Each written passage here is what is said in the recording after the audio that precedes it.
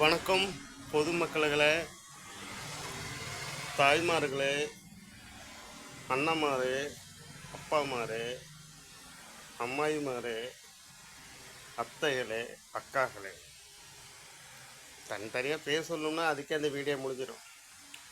பொதுவாக ஓட்டு உரிமை உள்ள உங்களுக்கு நான் கேட்க வேண்டியது என் பொறுப்பு. பவர் உங்கள் விரலில் தான் இருக்கு. வருஷம் பூராமே நான் ஆள்ராட்சி தான் ஆளணுமா? மாற்றி மாற்றி ஏன் புதுசாக வரவங்க வேற ஒரு மாற்றத்தை கொண்டு வர மாட்டாங்களா? எல்லாரும் காசு தராங்க, அதை செய்கிறேன் இதை செய்கிறேன், ஜெயிச்சா அதை செய்கிறேன் இதை செய்கிறேன்றாங்க. இப்போ உள்ள இளைஞருக்கு, இப்போ உள்ள குழந்தைங்களுக்கு அவங்களுக்கு தகுந்த வேலை, அவங்களுக்கு தகுந்த படிப்பு, அவங்களுக்கு தகுந்த கவனமான ஒரு பாதுகாப்பான ஒரு காவலர்கள், ஒரு போதல்லாத ஒரு மாநிலம், ஒரு அழகான ஒரு ஊரா. நம்மளாம் வெளிநாடை தான் பார்க்குறோம். கல்ஃபு, மலேசியா, சிங்கப்பூர், அரபி நாடு, இந்த மாதிரி வெளிநாட்டுக்கு தான் போகிறோம். அங்கே தான் பார்க்குறோம் ஒன்றா புதுசாக.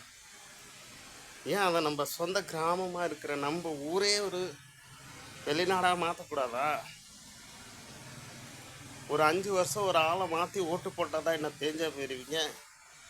ஓட்டு கேட்க போகிறவங்களாம் அடிக்கிறானுங்க, உதைக்கிறாங்க, மண்டையை உடைக்கிறாங்க, பொம்பளைங்க சட்டை சீலையெல்லாம் கிழிச்சிருக்காங்க, அராஜகம் பண்ணுறாங்க. நான் ஜெயிச்சு வந்துட்டா வருஷம் ஒரு ரிஜிஸ்டர் படித்து அப்படியே எழுதி படிக்கிறாரு எடப்பாடி. நான் அதை பிளவு செய்கிறேன்னு. எத்தனை வருஷமாக ஆட்சியில் இருந்தார், ஏன் செய்யலை? இனிமேல் வந்தால் தான் அடுக்கிறாரு, இந்த அடுக்கு எடுக்கிறாரு. அவங்கள குறைய சொல்கிறது நமக்கு டைம் தான் போகும். தயவு செஞ்சு சொல்கிறேன், ஒரு சான்ஸு இந்த 2 அரசியல்கிட்டேருந்து அவங்கள ஒதுக்கி விட்டு தமிழ்நாடு மக்களை காப்பாற்றுங்க. உங்களுக்கு இஷ்டம் இல்லை ஓட்டுக்கு போடுங்க, ஆனால் இந்த 2 பேரே இருக்கக்கூடாது. ஒரு மாற்றம் வரணும், போதல்லாத ஒரு நாடாகணும். வயசானவங்களாம் சாப்பாடு இல்லைனாலும் படுத்துக்குவோம். இப்போ உள்ள பிள்ளைங்களாலாம் முடியாது. அதனால் அவங்களுக்கு தகுந்த மாதிரி வாழ்க்கை மாறணும். தயவு செஞ்சு நல்லா யோசித்து சிந்திச்சு காசுப்படாமல் நம்ம நாட்டை காப்பாற்றுங்க ப்ளீஸ். நல்ல ஒரு ஆட்சி வரத்துக்கு முயற்சி பண்ணுங்கள். தேங்க்யூ.